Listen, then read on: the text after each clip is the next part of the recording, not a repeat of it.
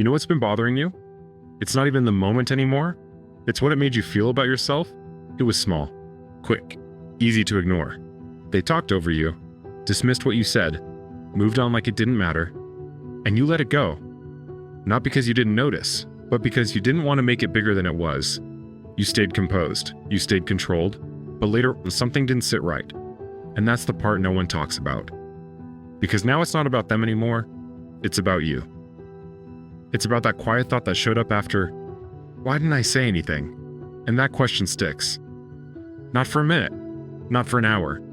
It stays, because it hits deeper than the moment. It hits your identity. You start questioning yourself. Did I look weak? Did I let that happen? Did I just show people they can treat me like that? And now you're not just replaying what happened, you're replaying who you were in that moment. That's what hurts, because you know something and you felt it, right there. That quick shift. That internal voice that said, that's not right, and you ignored it. Not out of fear, not out of weakness, but because you were trying to stay in control. And here's what you need to understand, because this changes everything. You didn't fail that moment, you felt it. That means something in you is already awake, already aware, already paying attention. Most people don't even catch that. They react too fast, or not at all. But you felt the line, you just didn't act on it yet. And that doesn't make you less. It means you're right at the edge of change. Because now, you can see it, clearly, that moment where something in you said, this matters. And you don't have to go back and fix it. You don't need a better comeback. You don't need to replay it until you win. You need something else.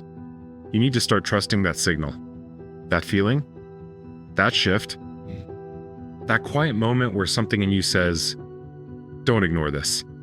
Because that's your standard. That's your line. That's your self-respect showing up in real time. And the next time it happens, it won't feel confusing. You won't be stuck in your head later wondering what you should have done, because you'll recognize it while it's happening.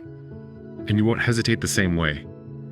Not because you're trying to prove something, not because you're trying to win, but because you're no longer willing to step away from yourself in that moment. That's the shift.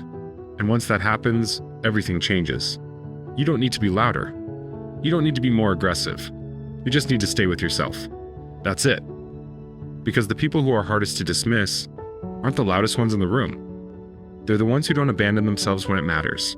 And you're closer to that than you think. This wasn't a failure. This was awareness, showing up for the first time. And now that you've seen it, you don't go back to who you were before. You move forward differently, quietly, but with something stronger behind you.